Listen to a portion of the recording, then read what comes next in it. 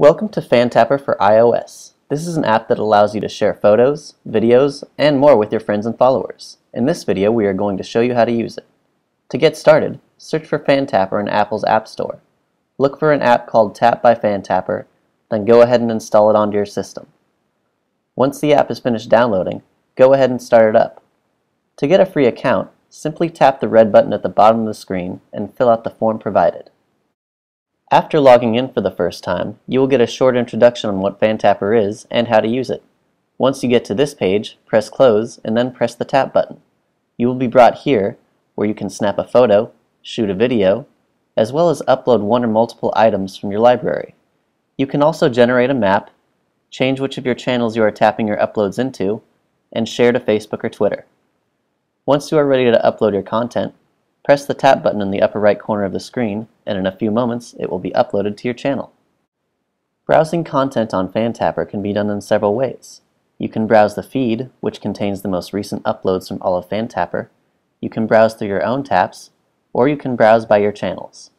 Additionally, you can also click on Explore and browse by category. For now, we will browse the feed.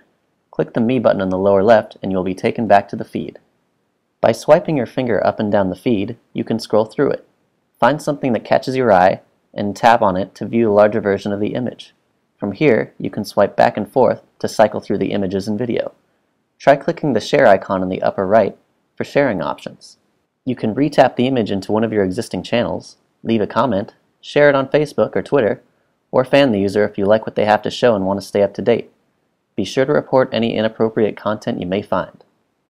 Press Cancel to go back to the Other Users tap, and from there, click the Channels tab on the bottom pane. Here you can view all of the channels you have created, fanned, or are a contributor to. To make a new channel, tap the plus sign in the top right corner. Give your channel a name, description, and a category.